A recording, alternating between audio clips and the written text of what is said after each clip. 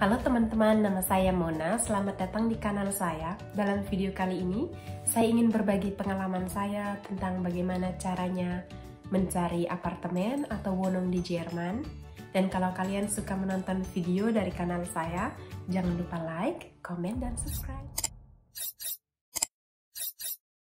Berikut akan saya jelaskan 8 cara mencari wohnung atau apartemen di Jerman. Seperti yang teman-teman tahu, mencari wohnung itu jauh lebih susah daripada mencari WG atau kos. Tetapi tingkat kesusahan itu tadi tergantung di Bundesland mana kamu mencarinya. Lantas, apakah kamu mencari di wilayah pedesaan atau pinggiran kota, atau kamu mencari di pusat kota? Logisnya, semakin kamu mencari di pusat kota, semakin susah akses untuk mendapatkannya. Oke, cara yang pertama itu klasik banget, yaitu melalui internet. Kalian bisa search di website-website. Ada beberapa makelar atau website terbesar di Jerman tentang Immobilien, yaitu saya bisa cantumkan juga di deskripsi video di bawah ini. Contohnya imonet.de, ada immobilienscout24.de, ada imowelt.de. Oke, sekarang kita masuk ke Google, kita tulis imowelt.de ya, itu udah ada. Kita klik. Ini kita lihat ada Wohnungsmieten, ada Wohnungsmieten. Wo-nya tempatnya contohnya Hamburg. Itu ada beberapa wilayah Hamburg, kita allgemein aja. Secara umum allgemein Hamburg. Terus harganya sampai 500, katakanlah ya 500, kita klik terus suchen, cari. Terus itu udah ada yang muncul, ada ini pilihan möblierte Wohnung in beliebte Eppendorfer Steg nomor 2, segala macam, ada foto-fotonya. Jadi möbliert ini artinya dia udah ada furniturnya. Di sini udah ada harga, ada Kaltmiete, Nebenkosten, Kaution atau yang disebut deposit tadi. Terus energi detail, informasi detailnya. Nah, ini yang paling bawah ada Anbieter der Immobilien. Terus kita klik Anbieter kontaktieren. Di sini kita isi formulirnya, terus Nachricht kita, dan kita kirim. Cara berikutnya untuk mendapatkan sebuah wohnung yaitu melalui tempat kerja. Yang saya maksudkan adalah kita mendapatkan hak untuk tinggal di sebuah rumah karena kita bekerja di perusahaan tertentu. Ini sudah pernah dialami oleh teman-teman saya yang mana bekerja di perusahaan X, dan si perusahaan X ini juga menyediakan akomodasi untuk pegawai-pegawainya, dan teman-teman saya itu dia mendapat profit tersebut. Yang mana pada umumnya ini itu tidak biasa, tidak lumrah. Cuma ya beberapa orang beruntung tertentu yang mendapat kesempatan itu. Kalau pengalaman yang saya alami secara pribadi yaitu ketika saya Ausbildung, saya itu secara finansial tidak cukup mapan untuk membiayai sebuah wohnung, sehingga saya mencari sebuah kos atau sebuah WG. Dan ketika itu lumayan susah berdikari dengan nama kamu, dengan nama imigran kamu, mencari sebuah WG di desa yang mana sedikit konservatif. Lantas saya ceritakan itu kepada bos saya, kepada si pemilik klinik gigi di mana saya melakukan Ausbildung itu. Dan bos saya itu akhirnya mengiklankan, jadi menaruh iklan di sebuah koran lokal di desa itu, di kecamatan kecil itu. Dan ya isi iklan kecil itu Auszubildende kami yang bernama sekian mencari sebuah kamar kos dan sekian-sekian. Dan setelah tidak berapa lama kemudian, beberapa hari setelah iklan itu muat di koran lokal, saya ditelepon oleh seorang ibu-ibu yang mana di kemudian hari jadi ibu kos saya. Dia menelpon dan menawarkan sebuah kamar kos yang harganya relatif murah sekali. Waktu itu saya membayar hanya, itu tahun 2016, saya hanya membayar 200 euro. Untuk Jerman Utara, area Hamburg, itu sudah tergolong sangat-sangat murah. Seperti itu. Dan yang ingin saya ceritakan, poin saya yaitu tadi, kalau kita mencari Wohnung melalui Empfehlung atau referensi, atau kita itu empfohlen oleh seseorang yang namanya established, itu akses kita untuk mendapatkan Wohnung jauh lebih terjamin daripada kalau kita mengandalkan nama kita sendiri. Cara ketiga untuk mendapatkan sebuah Wohnung yaitu mencari-cari iklan di sebuah koran lokal.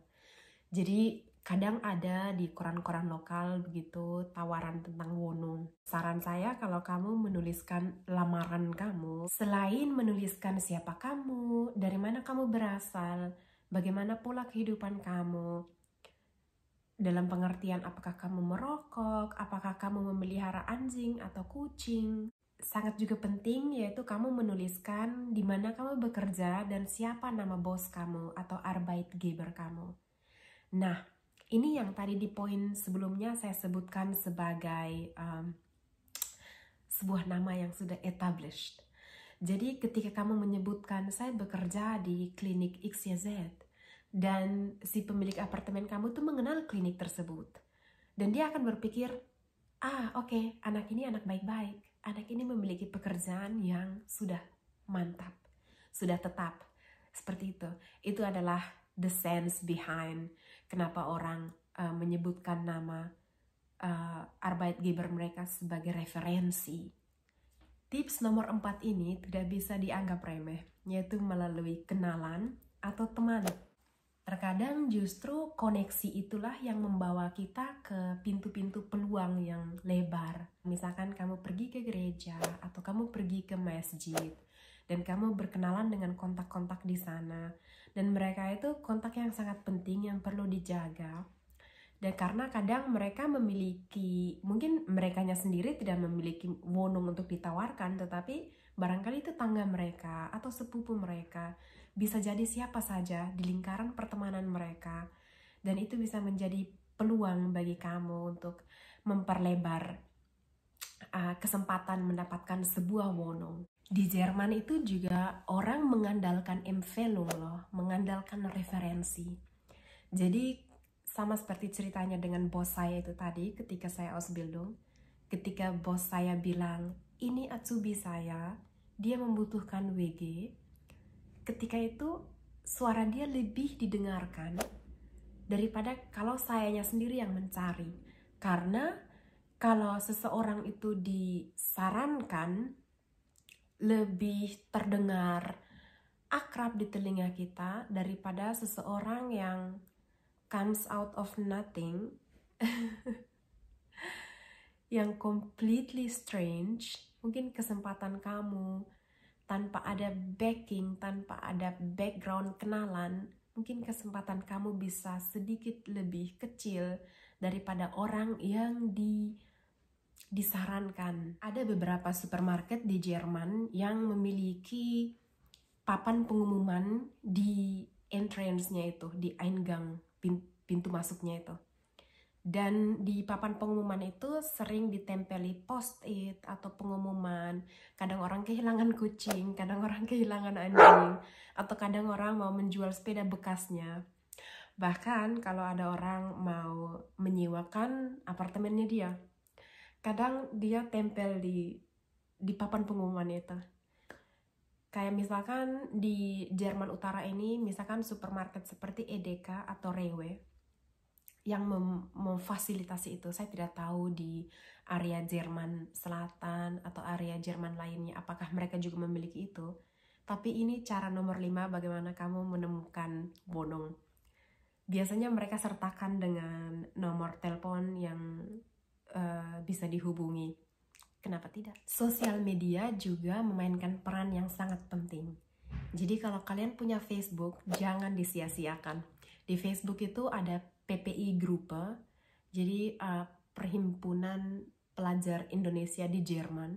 Itu namanya PPI. Kalian bisa cari di sana.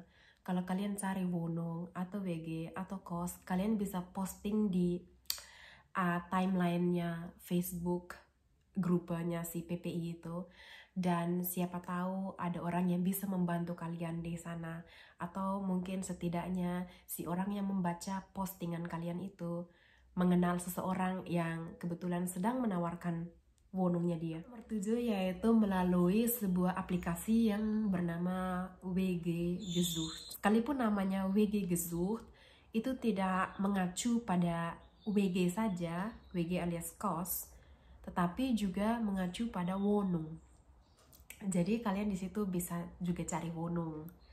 Dan gampangnya yaitu karena di situ tuh sifatnya aplikasi. Jadi kalian bisa mendapatkan pemberitahuan dengan sangat gampang begitu. Kalian bisa tak gitu chatting dengan si pemilik apartemen. Dan biasanya di WG Gesucht itu tidak ada makelar. Itu setidaknya pengalaman saya tidak tahu pengalaman orang lain, tapi kalau di WG Gesucht itu biasanya kamu langsung kontak dengan si pemilik apartemen itu sendiri tanpa ada perantara makelar, seperti itu. Cara ke-8 atau cara terakhir yang saya bisa sarankan yaitu melalui eBay Kleinanzeigen. Jadi eBay ini juga dia sejenis aplikasi seperti itu. Dia punya website, dia punya aplikasi. Dia seperti eBay tapi dia khusus untuk Jerman. Seperti itu. Jadi di eBay itu ada terlalu banyak hal yang dijual atau ditukar, diperjualbelikan atau ditukar itu. Salah satunya juga adalah wonung. Nah, eBay Kleinanzeigen ini adalah salah satu platform yang saya gunakan untuk mencari wonung saya 2 tahun yang lalu.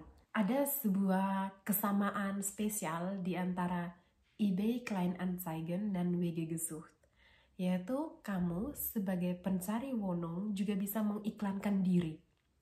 Jadi saya tidak hanya mencari wonung, melainkan saya juga memposting foto saya di sana dan menuliskan profil saya, siapa saya, di mana saya bekerja, dan apa yang saya cari, apa yang saya harapkan dari apartemen tersebut. Seperti yang saya tadi sudah sebut di poin-poin sebelumnya, kalau kamu menulis sebuah lamaran, sebuah profil, yaitu kamu harus tulis setransparan mungkin.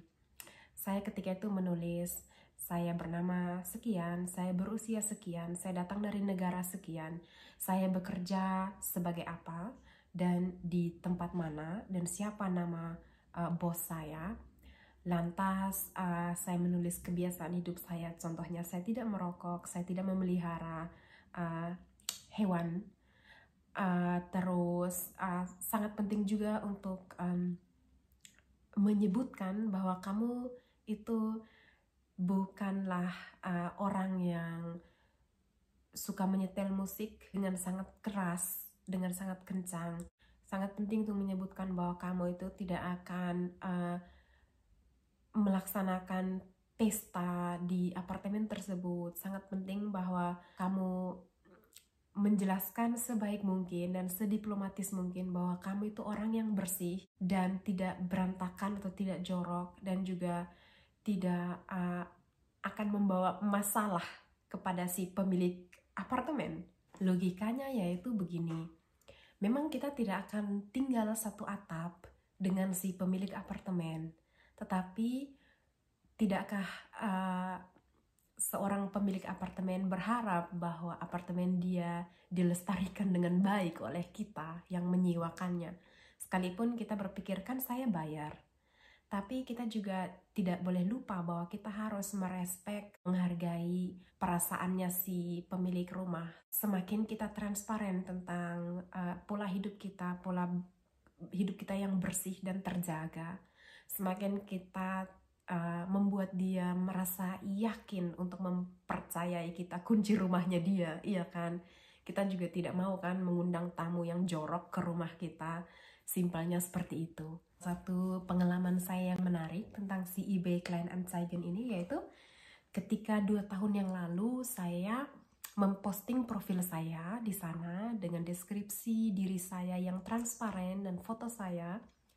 Ada seorang ibu yang menuliskan saya, jadi menchatting saya di situ. Belum ada 7 hari saya mempostingnya, saya sudah mendapat pesan dari dia. Jadi dia ketika membaca itu, dia langsung merasa tertarik untuk menjadikan saya itu penyewa apartemennya dia. Dia bilang, iya dia kenal bos saya, dia tahu tempat kerja saya. Jadi ya ujung-ujungnya itu lagi, koneksi. Ujung-ujungnya nama yang established itu tadi. Seandainya saya tidak mencantumkan tempat kerja saya, mungkin ibu ini akan pikir 2 kali untuk menjadikan saya sebagai penyewa apartemennya dia. Tetapi setelah saya menuliskan sebuah profil yang sangat transparan, dia akhirnya menjadi lebih yakin. Dan semakin kamu mentransparansi atau mendiplomasi profil kamu yang kamu tulis sebagai lamaran ke si pemilik apartemen, semakin mudah akses kamu untuk mendapatkan perhatiannya dia atau mendapatkan kepercayaannya dia untuk menjadikan kamu pemegang kunci apartemennya. So teman-teman, itu tadi 8 cara mencari wonung atau apartemen di Jerman. Kalau kamu merasa terbantu oleh video ini dan kamu merasa video ini menarik atau menginspirasi, jangan lupa like, komen, dan subscribe.